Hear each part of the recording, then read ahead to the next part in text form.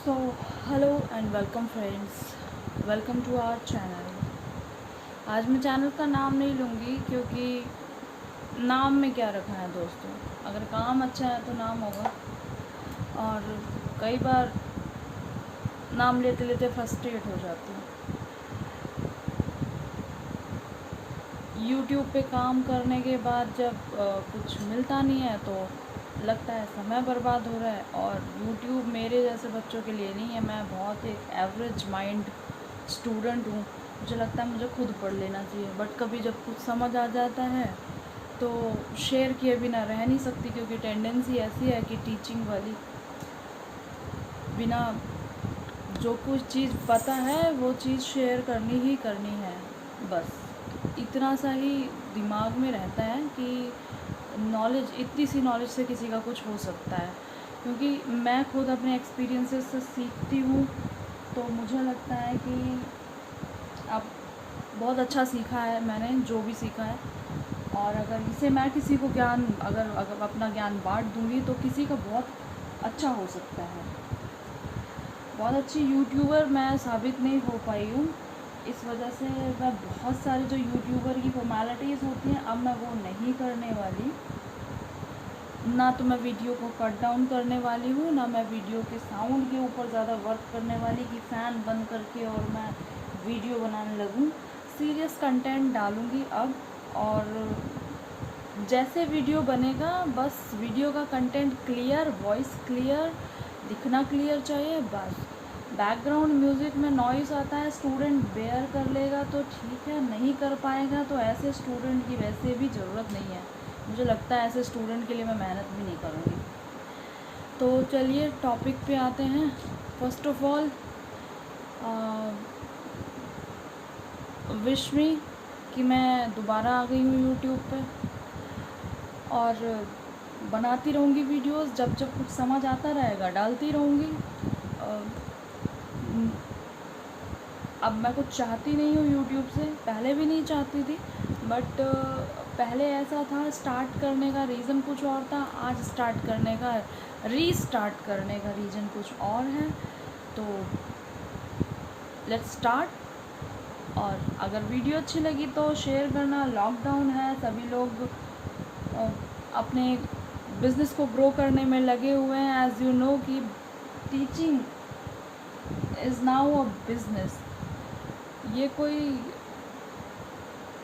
अब बिज़नेस ही हो चुका है ये, और कुछ नहीं है। सब जगह ऑनलाइन क्लासेस एक ट्रायल दे दिया जा रहा है। सभी लोग आपको डरा रहे हैं, ये करो ये करो ये करो, नहीं तो आप अगर जुडिशरी निकालना चाहते हो तो नहीं निकाल पाओगे, घर बैठे ये हो जाएगा वो जाएगा। अरे सब कुछ घर बैठे ही होता है। बहुत लोग घर बैठे ही निकालते हैं, और जो निकालने वाले हैं वो घर बैठे भी निकालते हैं।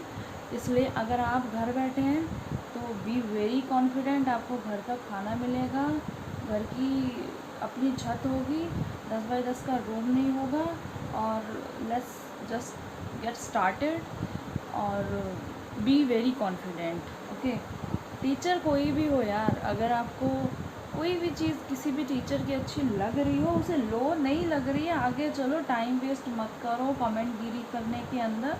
कमेंट गिरी करने से होता कुछ नहीं है, सिर्फ टाइम बर्बाद होता है। तो ठीक है, और जिस भी इंसान को कमेंट करना हो यार गाली मत दो, और बाकी अच्छा कमेंट कर सको, मेरा कॉन्फिडेंट बढ़ा सको तो बढ़ा देना।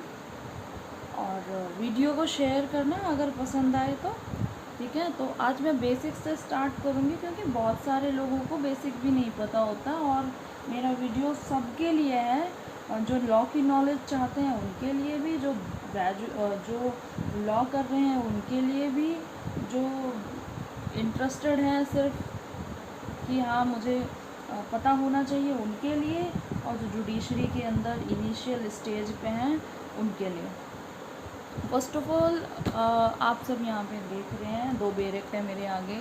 बेरेक मीन्स क्या होता है, इसके अंदर ओनली लॉ लिखा है और कुछ भी नहीं, कुछ फालतू बकवास नहीं, किसी राइटर ने इसमें नहीं लिखा है। ये है क्रिमिनल प्रोसीजर, और ये है Indian penal code. Indian penal code means कि दंड संहिता है हमारी, और दंड संहिता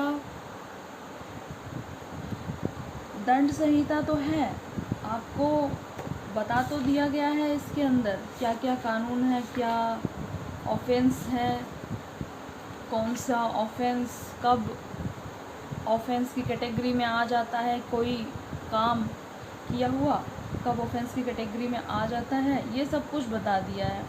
एक एक धारा बताई है, एक एक गलत बात को इसके अंदर वो लेके आए हैं। कोशिश करी गई है कि सभी चीज़ों को उठा के आईपीसी के अंदर डाल दिया जाए अगर कोई गलत चीज़ है तो, जिससे कि एक लॉ फॉर्मेट हो सके यहाँ पर, और अगर कुछ गलत हो रहा है तो उसके लिए द ट्रूथ विल प्रिवेल और लॉ प्रिवेल करे। इसलिए ये हमारा आईपीसी है, इंडियन पिनल कोड। अब लॉ तो बना दिया है, लॉ बन गया है, सज़ा बता दी गई है, क्या चीज़ करेंगे तो आप कानून के दायरे में आकर पनिश किए जाएंगे, और क्या उस चीज़ के लिए कितनी पनिशमेंट है ये इसमें बता दिया गया है। ठीक है, समय समय पर हमारी आईपीसी के अंदर, एक्ट के अंदर चेंज होता रहता है। कोई लॉ आज कानून की दृष्टि में कोई चीज़ आज अपराध है, कोई चीज़ कल हो सकता है अपराध ना हो, इसलिए समय समय पर एक्ट के अंदर चेंज किया जाता रहता है। आइए अब आईपीसी के अंदर जो धाराएं दी गई हैं उसके तहत किसी भी प्रक्रिया में कैसे चला जाता है। अगर क्रिमिनल कोई एक्ट किया गया है तो ये रहा सीआरपीसी, क्रिमिनल प्रोसीजर कोड। तो प्रोसीजर इसके अंदर बताया गया है कि कैसे चलेंगे एक एक चीज़। यदि आपको इसके बारे में नॉलेज नहीं होगी तो आप खुद सोचिए कि आप किसी भी डिपार्टमेंट के अंदर जाके कोई काम करा ही नहीं पाएंगे। आपको समझ ही नहीं आएगा कि काम कैसे करवाऊँ इनसे। वैसे भी कोई काम नहीं करता है सरकारी डिपार्टमेंट के अंदर। तो जब आपको नॉलेज होगी तो वो अपने आप काम करते चले जाएंगे, आपका काम ईज़िली ऐसे होता चला जाएगा, आपको भी पता नहीं लगेगा और उनको भी पता नहीं लगेगा कि कोई आया था काम करवा के चला गया। इसलिए सीआरपीसी की बहुत इम्पोर्टेंस है। आईपीसी पढ़िए, well and good, but CrPC भी साथ में बहुत ज़रूरी है, पढ़िए। अच्छा, मैं आपको बता देना चाहती हूँ, मैं कोई गुरु नहीं हूँ इसकी, बहुत बढ़िया नॉलेज नहीं रखती हूँ, जो बेसिक नॉलेज रखती हूँ वही बता रही हूँ बस। ठीक है, हमारा अब अंदर आ जाइए। आईपीसी के अंदर मैं आपको इंडेक्स दिखाना चाहती हूँ। देखिए इंडेक्स, ये चैप्टर दे रखे हैं इसके अंदर। फर्स्ट ऑफ ऑल इन्होंने इंट्रोडक्शन दिया था इंडियन पिनल कोड, इसके कंटेंट क्या हैं।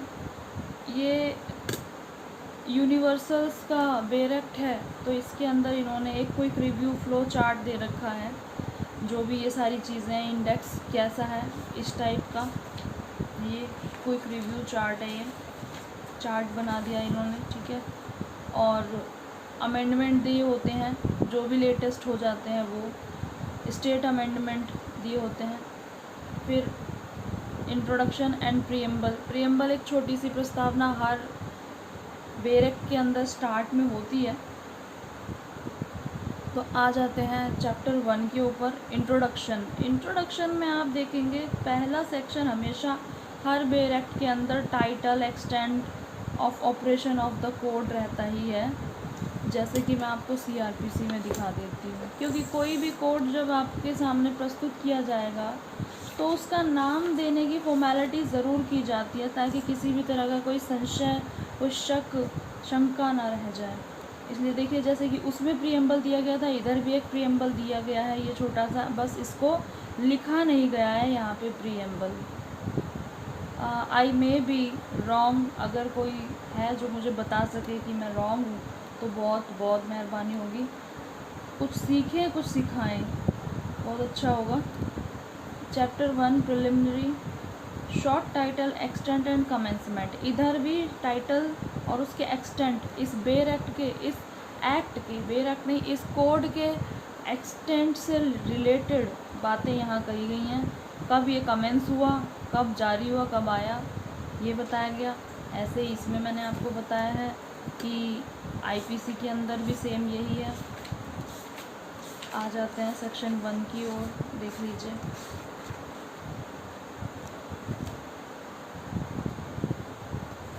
इधर यहाँ भी दे रखा है preamble where it is expedient to provide a general penal code for India, it is enacted as follows। ये preamble है जैसा कि इसमें दिखाया है मैंने आपको ये वाला। और title and extent of operation of the code से रिलेटेड बात इधर भी कही गई है। अब यहाँ पे सेक्शन 2 के अंदर ये दे रखा है punishment of offences committed with in India, ठीक है।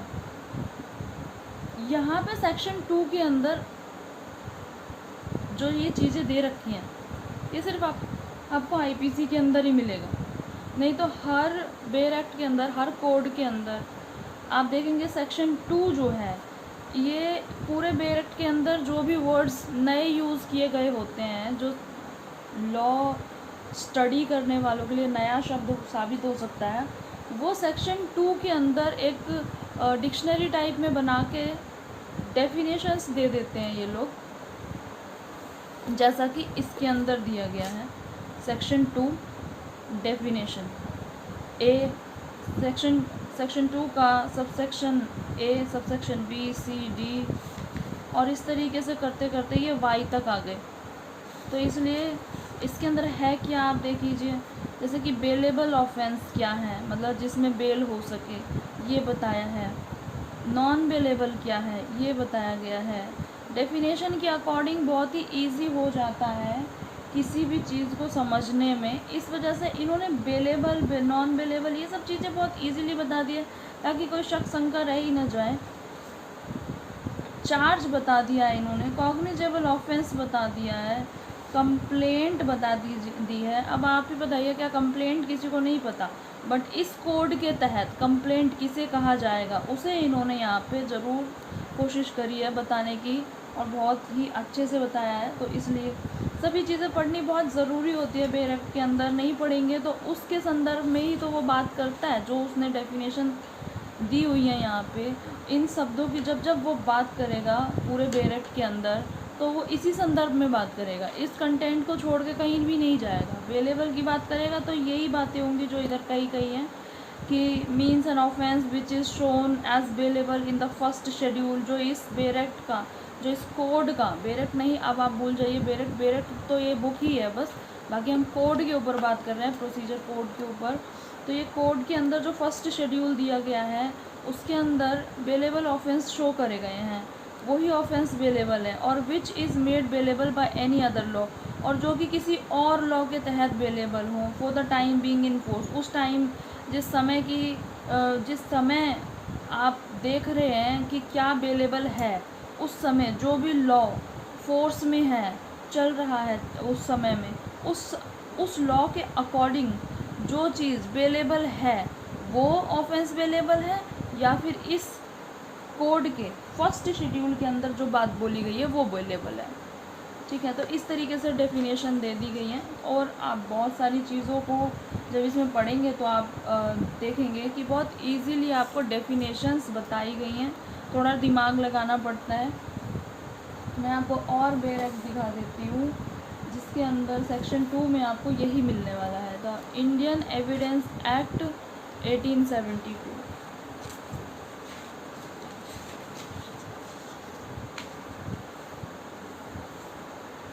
इसके अंदर भी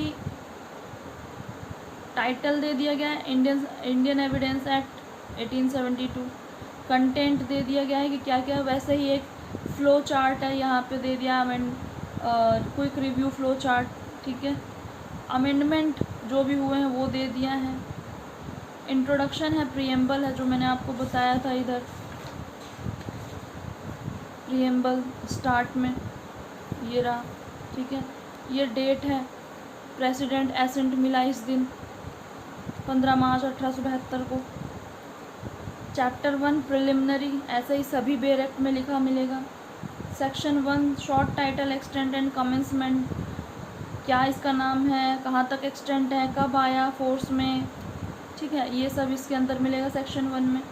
सेक्शन 2 रिपील हो चुका है, ठीक है, इसलिए सेक्शन 3 ये आया और इसके अंदर इंटरप्रिटेशन क्लॉज, इंटरप्रिटेशन क्लॉज या डेफिनेशन क्लॉज कुछ भी कह लीजिए, इन्होंने इंटरप्रिटेशन क्लॉज लिखा है।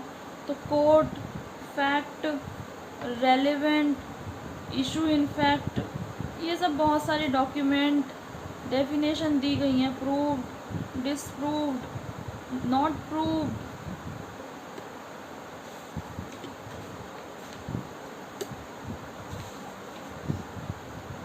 मे प्रिज्यूम, शैल प्रिज्यूम, कंक्लूसिव प्रूफ, ये सब डेफिनेशन क्लॉज है। उसके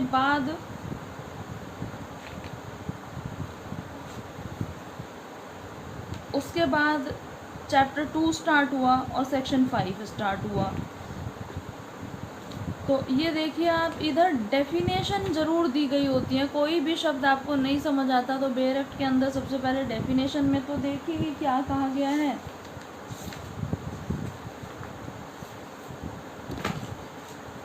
चलिए स्टार्ट करते हैं।